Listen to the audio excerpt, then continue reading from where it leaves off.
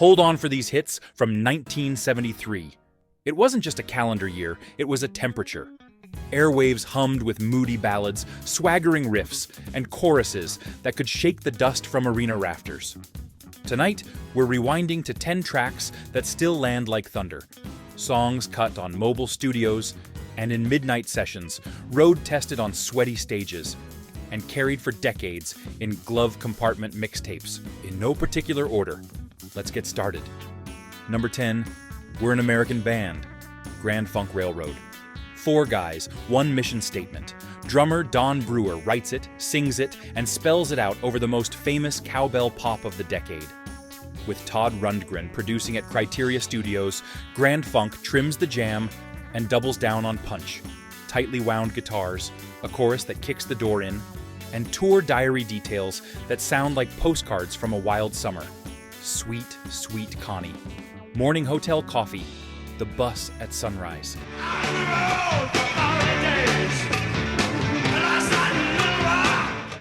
What made it explode wasn't just the hook, it was the POV. The band plants the flag. American roads, American nights, a distinctly American swagger, without pretending to be anything but what they are, loud, sweaty, and locked into a beat that begs for open windows. Radio devoured it. Arenas roared it back. If you've ever hit a highway at dusk and tuned to classic rock, you've felt this one physically.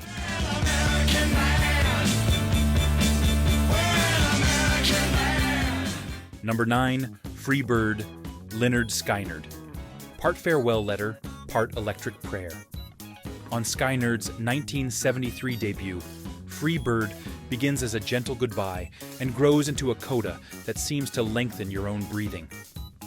In the studio, Alan Collins took the long, singing lead, while Gary Rossington steadied the glide beneath, building a 2-guitar weave that feels like flight paths crossing. Live, the ending expanded, some say to give Ronnie Van Zant a breather, until the outro became the ceremony everyone came for.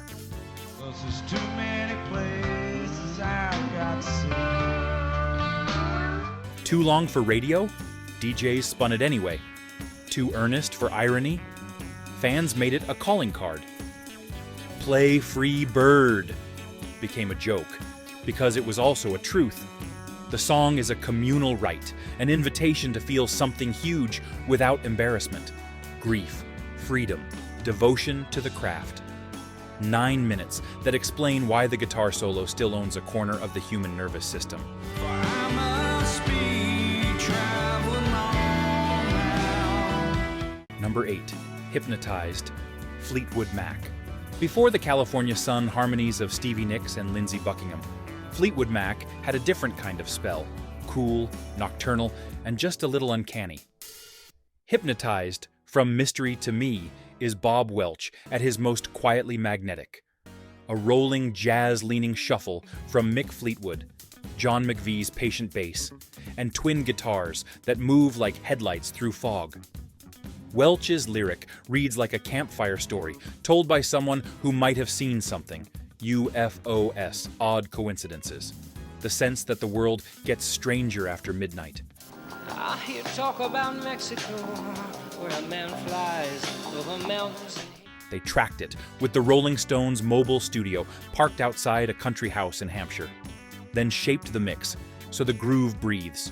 No rush, no glare, just space.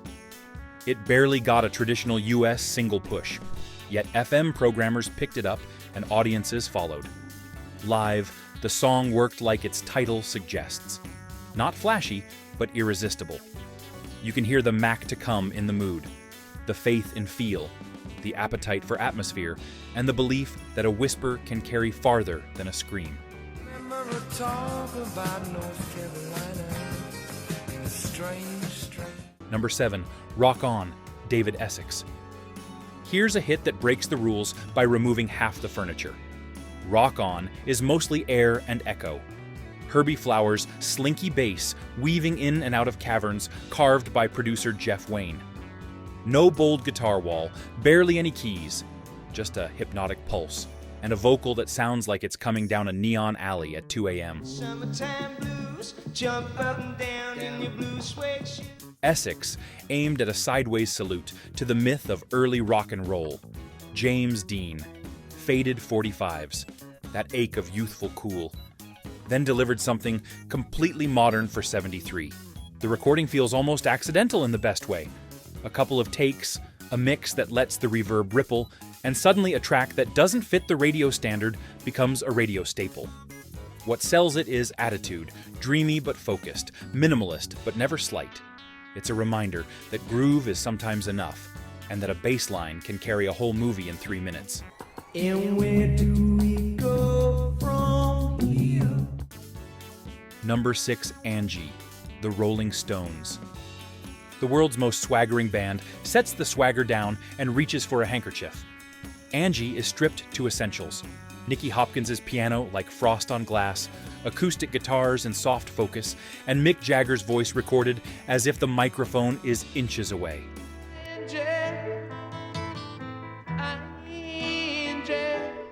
Speculation about the title flew for years, but Keith Richards later waved it off.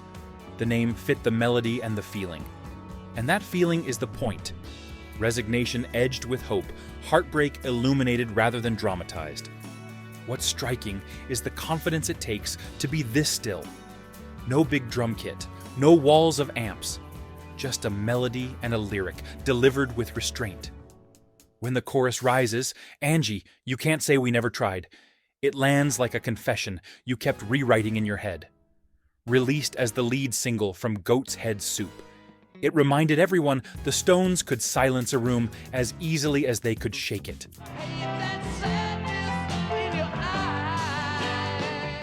Number 5, No More Mr. Nice Guy, Alice Cooper. Satire with sharp teeth. By 73, Alice Cooper had learned that once you invent a monster on stage, people start seeing him in the grocery store.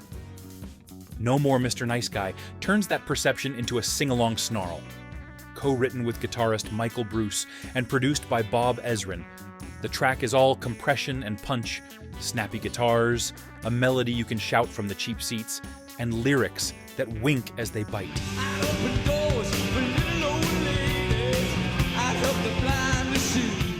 It's a balancing act, shocking enough to feel dangerous, clever enough to feel smart. The chorus is weapon-grade catchiness, but the verses are the hook. Lines about parents getting hate mail, friends stepping back, the persona stealing oxygen from the person. That tension turned the song into an anthem and helped power billion-dollar babies into a monster tour. Sometimes the best way to answer a caricature is to draw it bigger and let everyone sing along.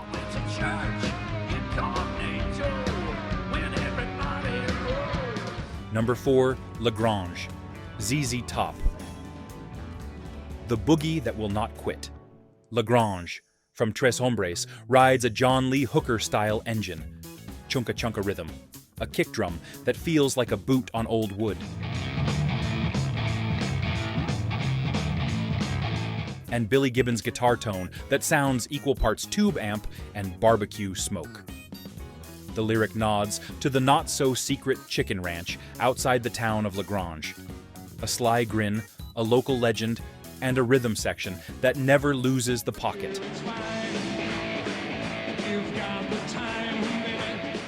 What makes it last is restraint. No 10-layer wall, no overcooked solos, just a riff with perfect mileage and tiny dynamic shifts that feel huge. The verse is a lean lope. The brakes open the throttle. The solo sounds like a car easing from gravel onto pavement. It's the essence of bar band alchemy turned national. Keep it simple, keep it dirty, keep it moving. Quick pit stop. What's your personal 1973 anthem? The song tied to a memory you can still smell and hear. Drop it in the comments. Bonus points if there's a road trip involved. Number 3, Dream On, Aerosmith. A young band's thesis statement carved into piano wood. Steven Tyler wrote Dream On at the family upright, hearing time tick and futures forming.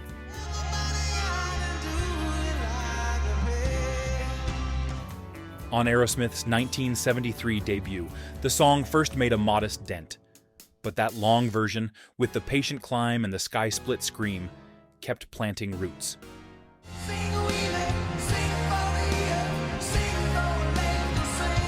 When the reissue lifted it higher, the audience finally caught up to what the track always was. The prototype power ballad, elegant and dangerous. It works because it listens to itself. Verse 1 is almost a whisper, like Tyler isn't sure we're with him yet. Then the band slides in, Joe Perry holding tension like a coiled spring, before the final ascent, where Tyler's voice turns from diary to hurricane. It's the blueprint so many others studied.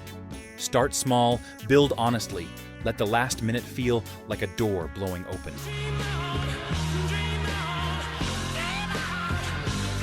Number 2, Live and Let Die, Paul McCartney and Wings. A Bond theme that behaves like a rock opera compressed to 4 minutes. Paul McCartney sketches the song fast, then hands it to George Martin, who paints it in orchestral fire. String bursts, brass stabs, and those surprise genre detours. A reggae sway here, a piano hush there, before the song detonates again.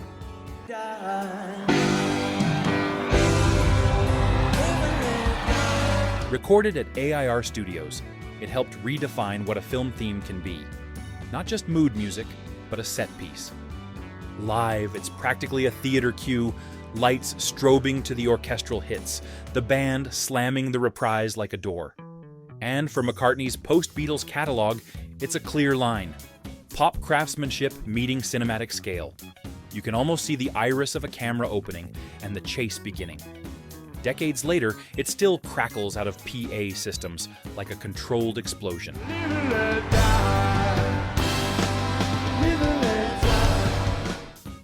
Number 1, The Ballroom Blitz, The Suite. Are you ready, Steve? 4 words and the fuse is lit. Glam at its most weaponized, The Ballroom Blitz turns chaos into choreography.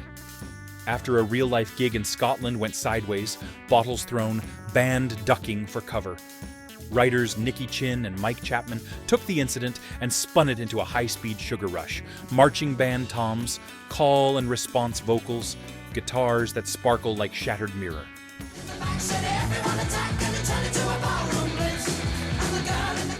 The Suite always walked the line between bubblegum hooks and hard-nosed bite. This one stomps straight over it. What's fun is how theatrical it is without feeling fussy.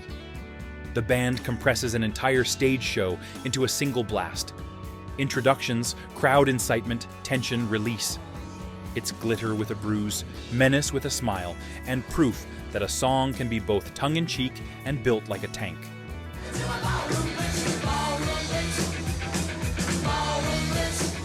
On stage, it's pure kinetic energy. No explanation needed, just 4 minutes of shared mayhem. That's 1973. Twilight moods and bright stage electricity. Songs recorded in manor houses and blasted from car speakers. Choruses that moved air in big rooms and still managed to move something inside us now. Which track still floors you? Which one deserves its own deep dive? Studio stories, stems, the lot? Tell us in the comments. If this trip lit a fuse, hit like, subscribe, and ring that bell. We've got more years to travel, more riffs to chase, and more late-night stories to tell. Until then, keep the needle down and the volume up.